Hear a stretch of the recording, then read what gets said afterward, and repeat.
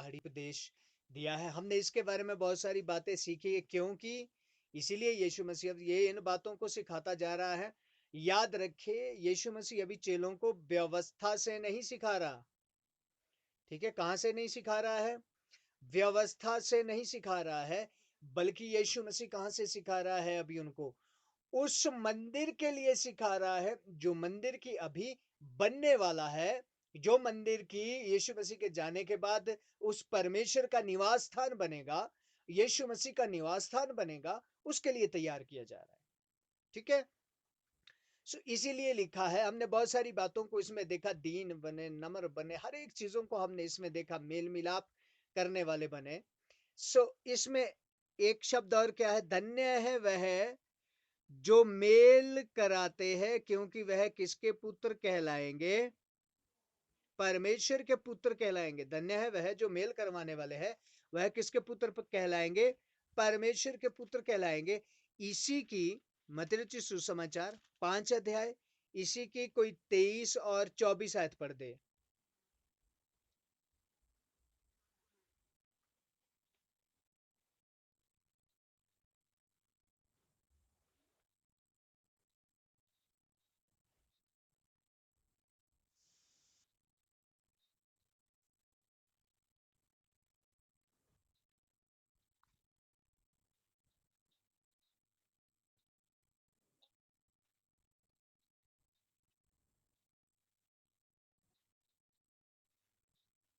समझ आ रहा है?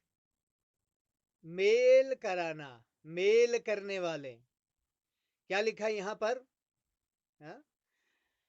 यदि परमेश्वर के लिए भेंट लेके भी आया है ना, और तुझे याद आए कि ओहो, मेरा तो मेरे भाई से मेल नहीं है, वह तो मुझसे दूर है, किसी बात में हमारी अनबन है, तो क्या लिखा? पहले उसको वहीं रख के पहले मेल करके आ, तब परमेश्वर से मेल होएगा तेरा।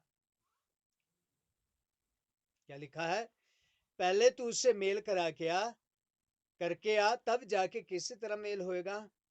परमेश्वर से तेरा मेल होएगा। याद रखे प्रभु के लोगों, बार बार परमेश्वर, तू क्षमा करेगा तेरी क्षमा होएगी, तू मेल करेगा तो तेरा मुझसे मेल होएगा, तू देगा तो तुझे भी दिया जाएगा। पहले अब किसको करना है? मुझे करना है, क्योंकि परमेश्वर ऑलरेडी अपना काम कर चुका है। उसने हम लोगों को पापों से बचाना था, उसने हम लोगों को पापों से छुड़ाना था, तो परमेश्वर अपने पुत्र को दे चुका है, हमें छुड़ा चुका है, अब करना मुझे है। तो जाके परमेश्वर अपना कार्य करेगा। हालेलुया। क्लियर? और इसलिए अब हम इसमें थोड़ा आगे बढ़ेंगे। अब आप मेरे साथ इसी में ही पढ़िए 5 अध्याय, उसकी 13 और 14 आयत।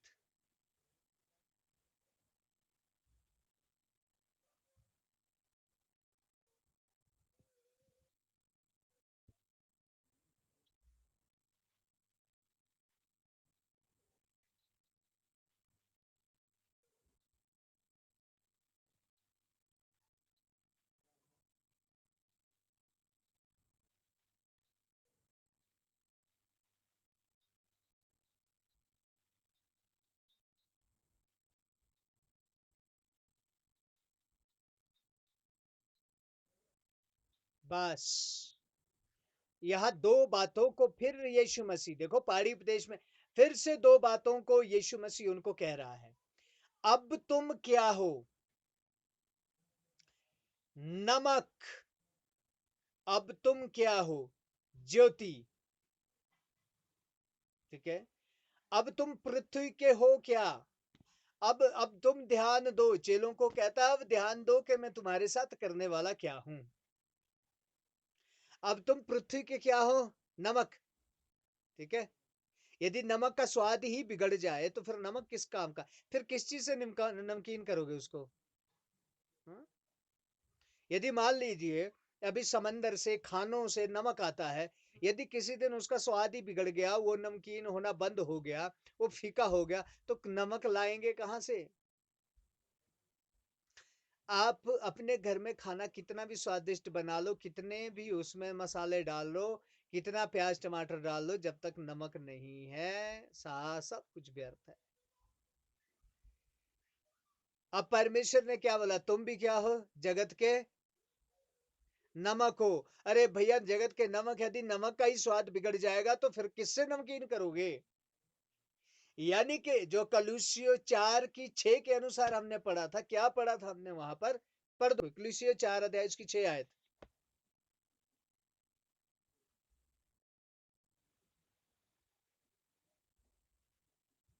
जिसके निकल गया हो पढ़ दे। रहित, बेटा जब पढ़ना देख के पढ़ना और क्लियर, अनुग्रह रहित नहीं है, अनुग्रह सहित है।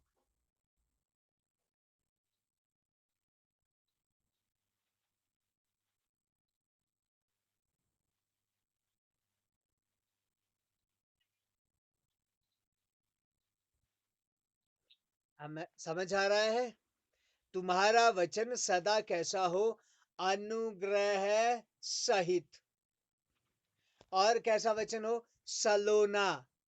आप इस बात को समझ पा रहे हैं कि नहीं समझ पा रहे हैं, क्या क्लियरली समझ पा रहे हैं आप इस वचन को, कि जब तुम अन्य जाति लोगों के बीच में रहते हो, आते हो, जाते हो, उठते हो, बैठते हो, बाजार से चलते हो, और भाई क्या हाल है तेरे, ऐसी आप भाषा का यूज करते हो।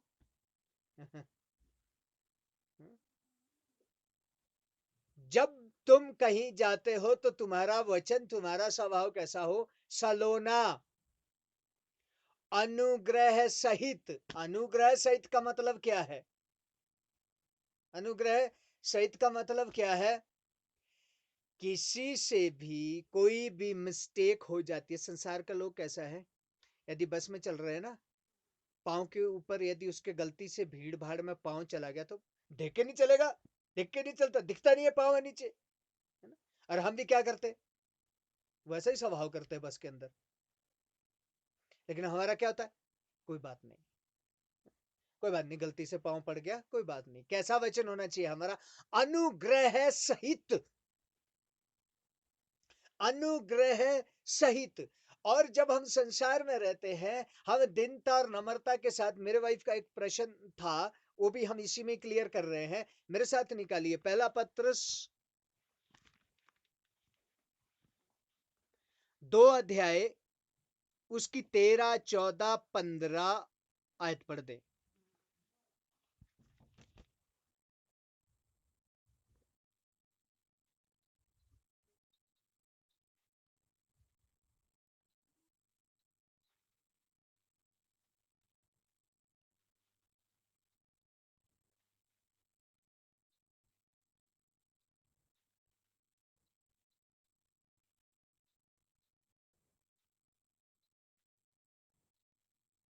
हम्म।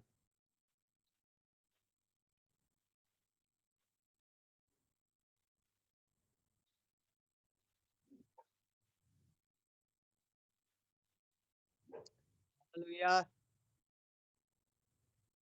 हालेलुया, समझ आ रहा है। म्यूट कर दो, म्यूट कर दो अब, सना। ओके, क्या है यहाँ, प्रभु के लिए मनुष्य के ठहराए हुए हर एक प्रबंधक के अधीन रहो, और राजा के इसलिए कि वह सब पर प्रधान है। क्या कहा है, अब वचन देखिए, सुनिए मेरी बात, ध्यान देना। अब हम क्या बोलते हैं, हालेलुया, हम तो प्रार्थना करने वाले हैं, जब चर्च में जाते उछलने वाले हैं, उछलांगे मारते वहां गिर भी जाते हैं, चिल्लाते भी हैं, हालेलुया भी करते हैं, हम सब कुछ करते हैं। लेकिन वचन और भी तो बातें सिखाता है, व्यवहारिक बातों को भी सिखाता है। हाँ, क्या भी सिखा, फिर क्या बोलते हैं, नहीं नहीं नहीं नहीं, ये तो मालूम कैसे लोग हैं, इनको तो सबक सिखाना पड़ता है। क्या शब्द होते हैं हमारे कई बार, नहीं अच्छा रिश्तेदार, अच्छा ऐसा बोलते हैं, नहीं ऐसे लोगों को तो सबक सिखाना पड़ेगा, ऐसे लोगों को तो ऐसा करना पड़ेगा, वैसे लोगों को वैसा करना पड़ेगा। बहुत सारी बातें हम कहते हैं, लेकिन परमेश्वर का वचन बहुत सारी बातों में हमें ये सिखाता है, बहुत सारी बातें हमें यहाँ पर बताता है। इसलिए यहाँ पर क्या लिखा है, कि प्रभु के लिए, किसके लिए, प्रभु के लिए मनुष्यों के जो ठहराए हुए अधिकारी भी है, उनके भी कैसे रहो, अधीन रहो। संसार में ये कौन से हाकिम और कौन से राजा है, ये संसार के, प्रभु के लोगों, मैं आपको ये कहां से डिस्टर्बेशन आ रहा है? हाँ, कोई माइक कृपया ऑन ना रखे क्योंकि फिर बहुत डिस्टर्बेशन हो जाता है। यहां पर क्या लिखा है? जहां पर आप संसार के किसी आदमी के पास भी काम करते हैं ना, वहां पर भी कैसे काम करें? अधीनता के साथ। कैसे काम करें? अधीनता के साथ। अब मैं आप लोगों को ईमानदारी के साथ, अब मैं आप लोगों को कहता हूं, सरकार ने रूल निकाला है कि मास्क इज द मस्ट, हमें मास्क पहनना है। क्या सरकार ने रूल निकाला है?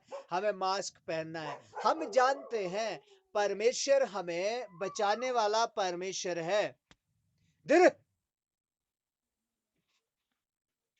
परमेश्वर हमें बचाने वाला परमेश्वर है, हमारी सुरक्षा करने वाला परमेश्वर है, लेकिन हमें सभ्य इंसान बनना है। कैसे बनना है? सभ्यता वाले इंसान। यदि वहां कहा है कोई दिक्कत नहीं है, अरे भाई सरकार ने कहा, पूरे देश की सरकार है, हम भी उसकी आज्ञा को मानेंगे, हम मास्क पहने। देखिए पूरी बाइबल के अंदर आप जब भी बाइबल को पढ़ेंगे, धर्मशास्त्र को पढ़ेंगे, दानियल की पुस्तक का मैं एक छोटा सा उदाहरण आपको आपके लिए लूंगा मैं, बाकी नहीं।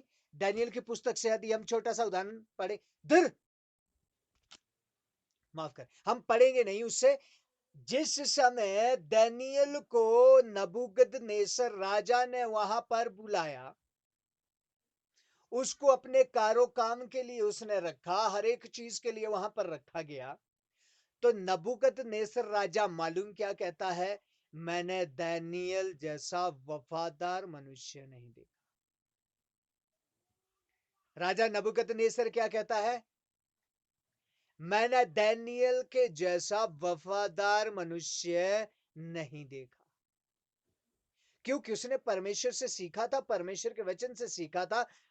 याद रखे, यदि आप अपने काम में वफादार है तो आप परमेश्वर के साथ भी वफादार है। ठीक है, वहां से यदि आप परमेश्वर के साथ वफादार है तो आप हर एक बात में वफादार रहेंगे। यदि आप परमेश्वर के साथ ही वफादार नहीं तो आप किसी भी बात में वफादारी नहीं निभा सकते। राइट? अब जब राजा, अब दानियल ने कभी भी राजा का विरोध नहीं किया।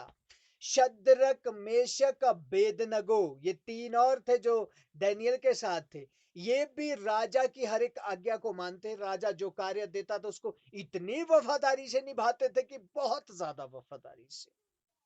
लेकिन हां, जब बात आई परमेश्वर की तो वहां वो खड़े हो गए।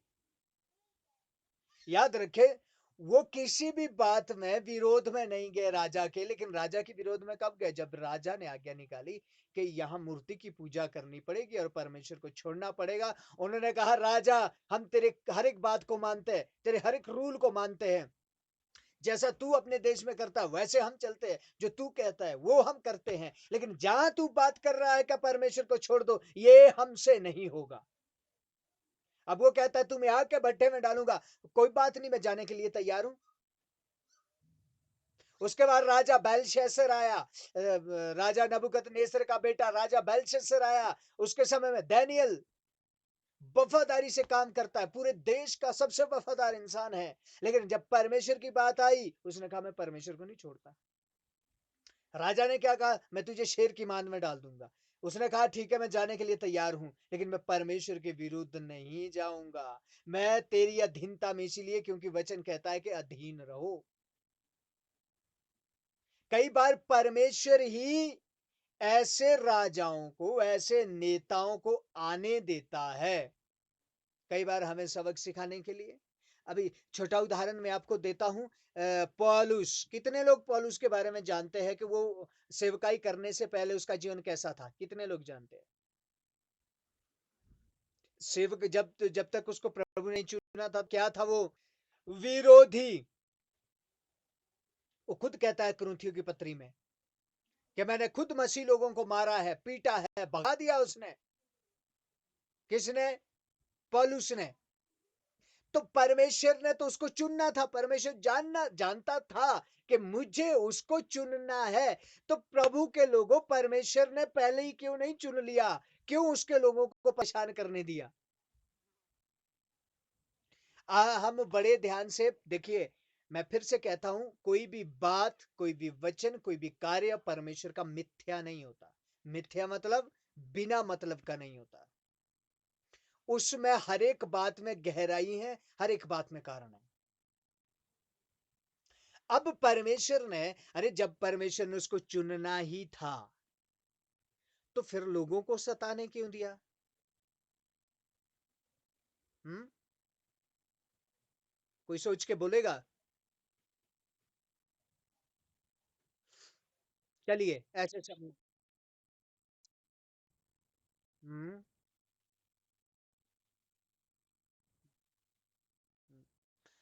ओके, चलो प्रभु का धन्यवाद, आप लोगों को याद है, राहुल बरान को बहुत पहले सिखाया हुआ है, याद है। खुदा बाप का धन्यवाद। सो ओके, ठीक है।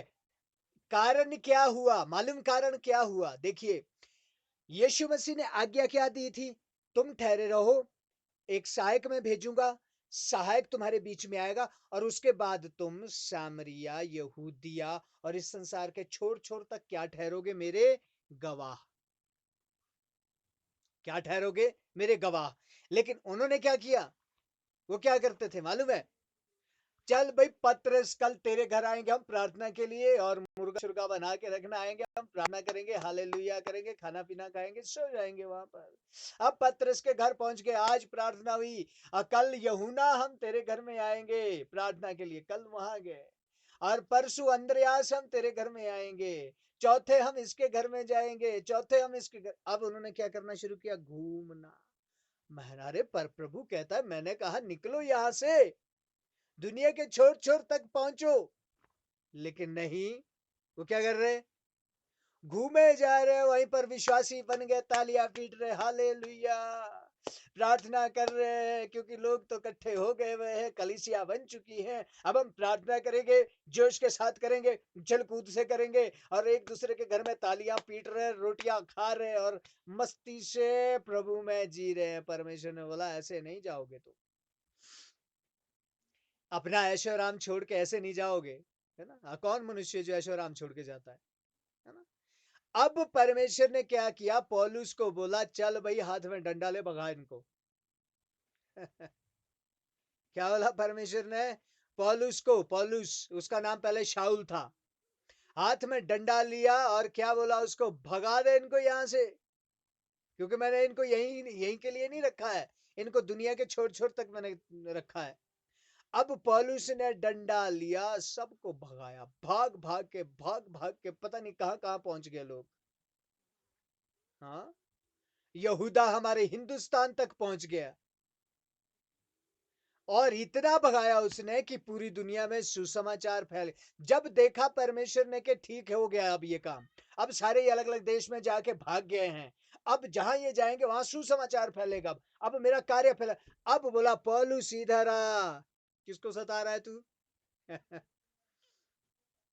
परमेश्वर का कार्य देखो। अब क्या बोला? पौलुस तू इधर आ जा, तू किसको सता रहा है?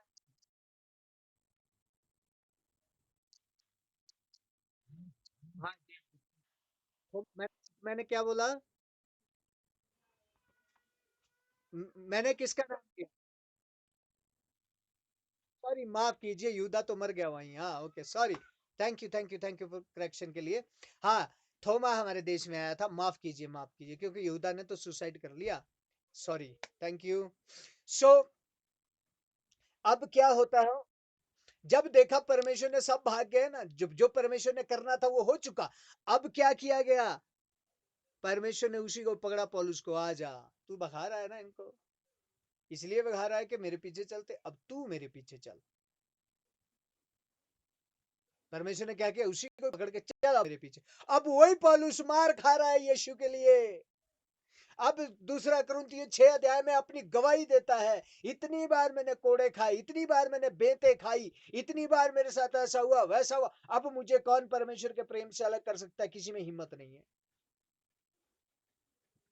हालेलुया। परमेश्वर तो इसीलिए प्रभु के लोगों, यदि कोई क्रूर राजा हमारे बीच में उठ खड़ा होता है, क्रूर शासक उठ खड़ा होता है, तो परमेश्वर कई बार उसको आने देता है, आने देता है, क्योंकि उसने कुछ अपने लोगों को भी तो सीधा करना होता है। अभी इन समयों में याद रखे, ये जो समय है, मैं कई बार मैं अकेले में भी सोचता हूँ कि परमेश्वर जो अभी हुआ, आपको मालूम है बहुत सारे एनजीओ बंद हुए, बहुत सारे जो कुछ प्रभु के लोगों का जो हेल्प कहीं से वो सारा बंद हुआ। अब जितने लोग पैसे के लिए काम करते थे सब भाग जाएंगे। अब रहेंगे कौन? जो परमेश्वर के लिए भूखे पेट भी काम करेंगे। हालेलुया। बिजनेसमैन चले जाएंगे, सेवकाई करने वाले रह जाएंगे। इसलिए यहां क्या लिखा है, जब देखिए ध्यान दीजिए, हम कंडा घाट में यदि रहते हैं ना, तो जो कंडा घाट का भी प्रधान बन रहे हैं, ठीक है, जो हमारे आदरणीय जो भी प्रधान वहां के बनते, वो नम्र आदमी बन रहा है चाहे क्रूर आदमी बन रहा है, क्या परमेश्वर को मालूम नहीं है कि यहाँ पर मेरे लोग भी हैं? मालूम है ना? तो इसका मतलब परमेश्वर सब जानता है। यदि परमेश्वर ने उस आदमी को वहां उस कुर्सी पे बैठने दिया, तो वो परमेश्वर उसको जानता है, इसका मतलब उसकी कुछ मर्जी है। इसीलिए प्रभु के लोगों, जिस भी शासक के शासन में रहते हैं, जिसके भी अधीन रहते हैं, जिसके भी साथ कार्य करते हैं, वहां वफादारी से और अधीनता से रहे। कई बार परमेश्वर हमें अधीनता सिखाना चाहता है। कई बार हमें परमेश्वर हमें समस्या में जाना चाहता है। जब तू इतनी थोड़ी सी समस्या में नहीं जा सकता, तो मेरे लिए क्या दुख सहेगा? प्रभु के लोगों, यदि परमेश्वर आपको घी के साथ रोटी देता है, धन्यवाद करके खाइए। परमेश्वर आपको रोटी के साथ पनीर देता है, धन्यवाद के साथ खाइए। जिस दिन यदि परमेश्वर आपको महल में रखता है, धन्यवाद के साथ रहिए। परमेश्वर आपको झोपड़ी में ले आता है ना, टेंट के अंदर, धन्यवाद परमेश्वर तेरा, धन्यवाद। और जिस दिन परमेश्वर नमक के साथ रोटी देता है, धन्यवाद परमेश्वर। क्योंकि परमेश्वर अपने लोगों को हर एक बात में परफेक्ट बनाना चाहता है, हर एक बात में आज्ञाकारी बनाना चाहता है, हर एक बात में दीन और नम्र बनाना चाहता है। लेकिन हमें तो हर समय लग्जर चाहिए, है ना? हमें तो सख्त कुर्सी भी नहीं चाहिए, वो भी हमें नरम चाहिए। हमें तो हाथ से सिला हुआ बिस्तर नहीं चाहिए, वो भी कितना मोटा गद्दा चाहिए। हमें तो आदत पड़ी है जी, हमें नहीं ऐसे सोने की आदत। क्या बोलते हैं? हमें ऐसे सोने की। अरे भाई, यीशु मसीह कहाँ सोया? कौन सा लग्जर था उसके पास? मालूम है, बड़ाई के घर में दिहाड़ी करके खाना खाता था यीशु मसीह। मालूम है आप लोगों को? कितनी साल यीशु मसीह ने सेवा की? 3.5 साल ओनली। कितनी साल सेवकाई की यीशु मसीह ने? 3.5 साल ओनली। और यीशु मसीह की पूरी उम्र कितनी थी? 33.5 साल। तो 30 साल क्या किया यीशु मसीह ने? समझ आ रहा है? और उस समय काम कैसा चलता था? आज तो बड़ी बड़ी कंस्ट्रक्शंस चल रही है। आज तो मिस्त्रियों को लोग ढूंढते हैं। उस समय ढूंढते नहीं थे। उस समय एक बैग लेके जाना पड़ता था, उसमें औजार लेके, टेबल ठीक करा लो, कुर्सी ठीक करा लो, ऐसे जाना पड़ता था। खिड़की बनवा लो, दरवाजा बनवा लो। इस तरह से यीशु मसीह ने 30 साल अपने पिता के साथ काम किया। तो प्रभु के लोगों, आप क्या ढूंढ रहे हैं? Sofa set? हाँ? समझ आ रहा है? समझ आ रहा है कुछ भी? इसीलिए इसीलिए जिस परिस्थिति में परमेश्वर रखता है ना, उसमें रहो। जब हम रोज प्रार्थना करते हैं, रोज हम विश्वास भी करते हैं परमेश्वर ने हमारी प्रार्थना को सुन लिया है, हम विश्वास करते हैं परमेश्वर हमारे साथ है, इन बातों पे विश्वास करते हैं, तो ये विश्वास क्यों नहीं करते कि यदि मैं आज इस परिस्थिति में हूं तो वो भी परमेश्वर जानता है। यदि आज मैं भूखा हूं वो भी परमेश्वर जानता है। आज मैं बीमार हूं वो भी परमेश्वर जानता है। जिस भी हाल में हूं वो परमेश्वर जानता है। धन्यवाद परमेश्वर इस परिस्थिति के लिए। इसलिए पौलुस कहता है हर बात में धन्यवादी रहना। हालेलुया। अब देखिए, ठीक है, सॉरी, हाँ, हम आगे चलेंगे। ये पहला पत्रस 2 अध्याय और इसकी 14 आयत पढ़ दीजिए।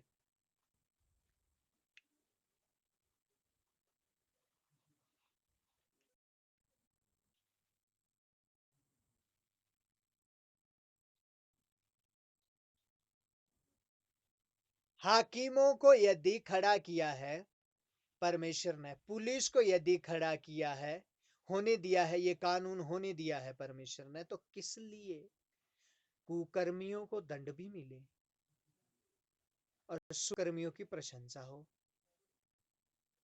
15 पढ़े।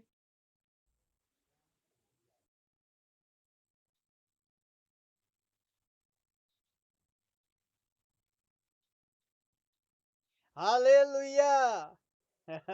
अब देखिए, ध्यान दे, मेन बात है, हमारे पास समय नहीं बचा, समय बहुत थोड़ा है, 3 मिनट बचे हैं। इसलिए परमेश्वर ये सारी बातों को होने देता है कि तुम हर जगह में अपने भले कामों को, भले स्वभाव को, शांत स्वभाव को दिखाएं। समझ आ रहा है? संसार, आवाज आ रही है कहीं से? हाँ, संसार, संसार के लोग मालूम क्या करते हैं, यहाँ देखो, निर्बुद्धि लोगों की अज्ञानता की बातों को बंद कर दो। ये सारी बातें इसीलिए होती है, क्या लिखा हुआ है, क्योंकि परमेश्वर की इच्छा यह है कि तुम भले काम करने से निर्बुद्धि लोगों की अज्ञानता की बातों को बंद करें।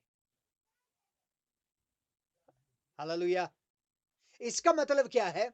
अब जिस दिन निर्बुद्धि लोग, उनको अच्छा अच्छा खाने मिलेगा, ओ हो, बड़ा खुश रहेंगे, लेकिन जिस दिन सूखा मिलेगा ना, उस दिन रोना शुरू कर देते, गालियां देना शुरू कर देते हैं और उल्टी पुल्टी बातें करना शुरू कर देते हैं। लेकिन परमेश्वर कहता है तुम निर्बुद्धि नहीं हो। तुम क्या नहीं हो? निर्बुद्धि नहीं हो। इसलिए प्रभु के लोगों, हम जहां भी जाते हैं ना, हम लोग जहां भी जाते, कई लोग हमें मिलते हैं, अरे ये यहाँ अच्छा खाना अच्छा नहीं था। मैं यदि जब मेरे सामने कोई ऐसा बोलता है, मैं सीधा बोलता हूँ, जी नहीं, खाना अच्छा था। क्या था? सब कुछ अच्छा था। हमें ऐसा बोलना नहीं।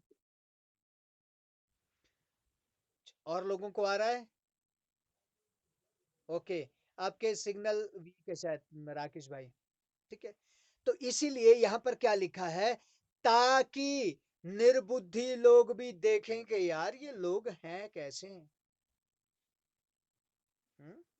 जब पड़ोसी झाड़ू इनकी ओर मारता, ये तब क्रोधित नहीं होते, बड़े प्यार से समझाते, बड़ी कोमलता से समझाते हैं। जब इनके पांव कोई दबा देता है, तब ये बड़े प्यार से बोलते, कोई बात नहीं है। जब इनके साथ कोई उल्टी पुल्टी बात होती, तो बड़े प्रेम से हमसे व्यवहार करते हैं। वो निर्बुद्धि लोग भी एक दिन सीखेंगे, खुद कहेंगे कि ये परमेश्वर का मंदिर है। आमेन। हालेलुया। समझ आ रहा है? वो एक दिन देख के कहेंगे कि ये परमेश्वर का मंदिर। 16 आयत पढ़ दीजिए जल्दी से इसकी। पहला पत्रस 2 का 16।